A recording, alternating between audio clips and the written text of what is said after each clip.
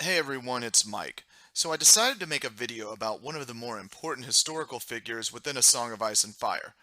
Aegon Targaryen, who you may know as Aegon the Conqueror, as he is referred to this in the show, is responsible for shaping nearly everything in modern history within a Game of Thrones, at least as far as the continent of Westeros is concerned. In case you're unfamiliar with this person, Daenerys is a direct descendant of him, and he is the guy who started the Targaryen dynasty. If you're just stumbling upon my channel, make sure to subscribe as I'll be doing several Game of Thrones videos, as well as some Walking Dead and Marvel stuff, and feel free to drop any requests for videos in the comments as well. So before we take a look into this polarizing figure, we need to time hop back over 400 years before current events in the show and book. When the Targaryens still lived in Old Valyria, a child named Daenerys Targaryen had a prophetic dream that showed the decimation of their homeland. Now, at the time, Valyria was thought to be centuries ahead of the rest of the world and just an advanced civilization in general. I kind of liken this to our interpretation of Atlantis, but in the show and books, Valyria was definitely a real place. We actually get a glimpse of this when we see Tyrion and Jorah sail through it on their way to Meereen. So, Daenerys' father, Aenar Targaryen, took heed of this warning and moved his entire family and dragons to Dragonstone. The cataclysmic event that was foreseen actually occurred 12 years after the dream, destroying the Valyrian freehold and all of its inhabitants, including all the remaining dragons. This is commonly known as the Doom of Valyria. A few generations after the Targaryens landed in Dragonstone, Aegon was born. He wed his two sisters Visenya and Rhaenys. This took place around 100 years after the Doom, and at that point the Targaryen ambition turned its head towards Westeros. And we'll get into why and a couple of theories as to that here shortly. There were three dragons that they all mounted. Rhaenys was on Meraxes, Visenya rode Vhagar, and Aegon mounted Balerion the Black. Now, just to put Balerion's size into context, he would actually cast shadows over towns. And with respect to the largest dragon on the show, which is Drogon, Balerion is probably about 10 times his size as of Season 6. So Aegon created what is known as the Painted Table.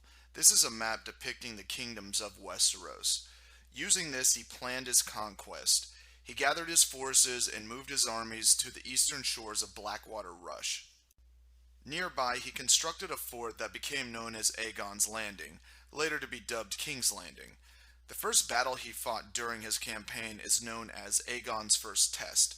The houses of Darkland in Duskendale and Mouton in Maidenpool joined forces and marched a 3,000-man force on him. Aegon dispatched his bastard brother Orys Baratheon with the Targaryen army as Aegon struck the opposition from above, mounted on his massive dragon Balerion, completely annihilating the enemy. This is important because it was the first time Aegon was actually pronounced king. The victory sent shockwaves across the Seven Kingdoms, and in a proactive measure, Shara Arryn, the Queen Regent of the Vale, sent an offer of her hand in marriage to Aegon if he were to name her son's successor. Aegon denied this and set forth his fleet to meet the Vale in open water. The Targaryen fleet was actually completely wiped out by the Vale forces, but Visenya riding Vhagar proceeded to burn what remained of the Vale's ships. And while this wasn't actually a defeat per se, more like a draw, the elimination of his fleet at the battle in the waters of Gulftown was an obvious setback in terms of his grand plan to unite the Seven Kingdoms. The Targaryen host then advanced on the God's Eye, where he defeated a wave of Harren the Whore's forces. Two of Harren's sons raised a few banners in retaliation and inflicted heavy casualties on the Targaryens before suffering their bitter end to the fiery breath of Balerion. Finally, Aegon marched directly on Harrenhal in what would be known simply as the Burning of Harrenhal. Not battle, just burning. Harrenhal was the greatest castle ever created at that time. You may recall this scene from Season 2 with Arya. Harren the Black thought this castle would be his legacy. Greatest fortress ever built. Tallest towers, the strongest walls. The Great Hall had 35 hearths. 35, can you imagine? Look at it now. A blasted ruin. Do you know what happened?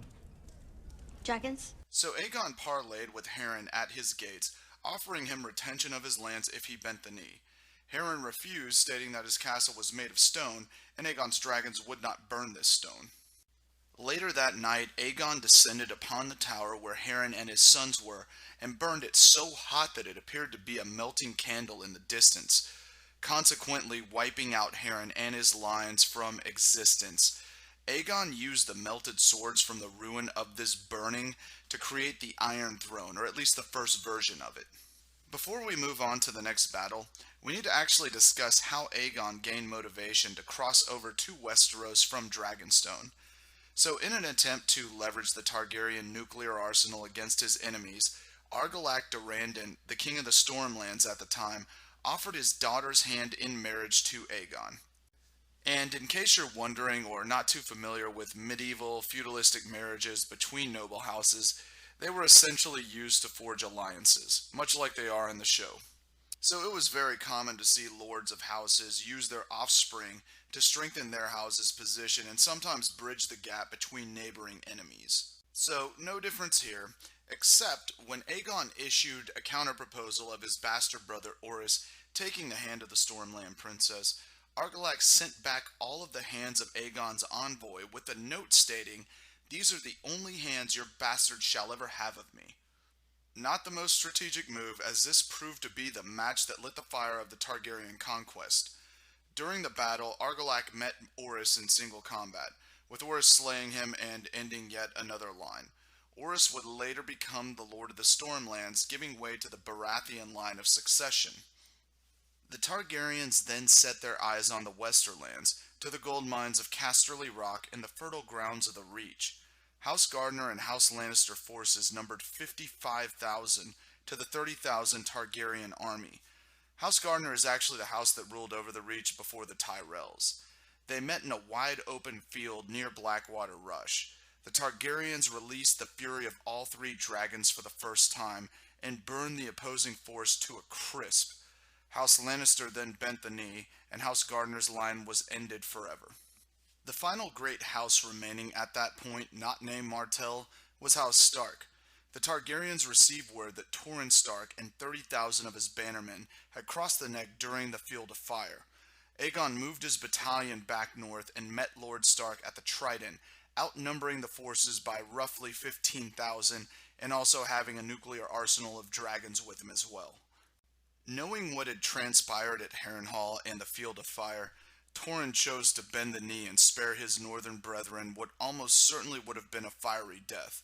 For this, he became known as the King Who Knelt. After the battle, there was only one remaining kingdom that was left unconquered, and that was Dorne. Rhaenys flew in on her dragon Meraxes to get Dorne to submit. The Dornish had already vacated their castles and moved into the desert, performing hit-and-run raids, which tactically were their best option and by far their most effective strategy. Many of the knights also perished in the heat due to their heavier battle attire. This is textbook guerrilla warfare. If you look at the Russian invasion of Afghanistan, it's very similar, but this is also aligned with various medieval crusades where armored knights would pursue their enemy into the desert only to be ambushed, and many of them dying from heat exhaustion as well. Despite his loss in Dorne, Aegon was crowned in Old Town, a strategic move of his own to appease the public and quell any type of zealot uprising against the crown. But Aegon was a conqueror, and he would not be satisfied until Dorne was part of his domain. So the first Dornish war came after the aforementioned skirmishes, and was primarily the Targaryens raiding abandoned castles. Aegon actually slew a champion of House Tolland, until he realized this was actually Tolland's fool, and they had abandoned all of their castles. Right around this time, Aegon's lifelong friend and rumored bastard brother Orys was actually captured after an ambush. Later he would be ransomed along with other Targaryen captors for their weight in gold, but each of them lost a sword hand so they could not raise swords against Dorne again. After raiding an abandoned Sunspear, the Targaryens left Lord Roseby in charge, and dubbed him Warden of the Sands. As the Targaryens arrived back in King's Landing, they received word that a revolt had taken place in Sunspear. Lord Roseby's reign was cut short as he was thrown from the top of Spear Tower by Merya Martell in what would be known as the Defenestration of Sunspear. Aegon's dragons burned the castles of Starfall, Skyreach, and Hellhold. A lucky shot sent from a scorpion during the burning of Hellhold pierced Rhaenys' dragon Meraxes in the eye, causing the dragon and the dragon queen to fall to their deaths. Aegon's rage was only surpassed by his grief at this time for his favorite sister wife. In retaliation, he burned all of the castles of Dorne, but never entered Sunspear. It's rumored that Aegon feared that Meria had purchased the means to end the lives of the dragons from the free city of Lys. So Aegon also issued a bounty for the heads of the Martells, but that was only countered by the Martells, who put a bounty on them as well. So later on, both Aegon and Visenya were assaulted in the streets of King's Landing due to the bounty that was put on their head. Visenya, wielding Darksister, slew the assailants, and this kind of led to the forming of the First Kingsguard. Meria Martell finally died in 13 AC, which AC stands for After Conquest, which actually started right when he was crowned in Old Town, and her son Nymor became the ruler of Dorne. Wanting to bring peace to Dorne, he sent his daughter with a peace envoy and delivered the skull of the dragon Meraxes to Aegon. So obviously this enraged certain members of the court when it was presented, and when Princess Daria delivered the terms of peace that included a sovereign state of Dorne, meaning that Dorne didn't have to join Aegon's kingdom, he had had quite enough. However, Aegon read a personal letter from Nymor. When he finished reading it, Aegon arose from the throne, gripping the letter so tightly that blood dripped from his hand.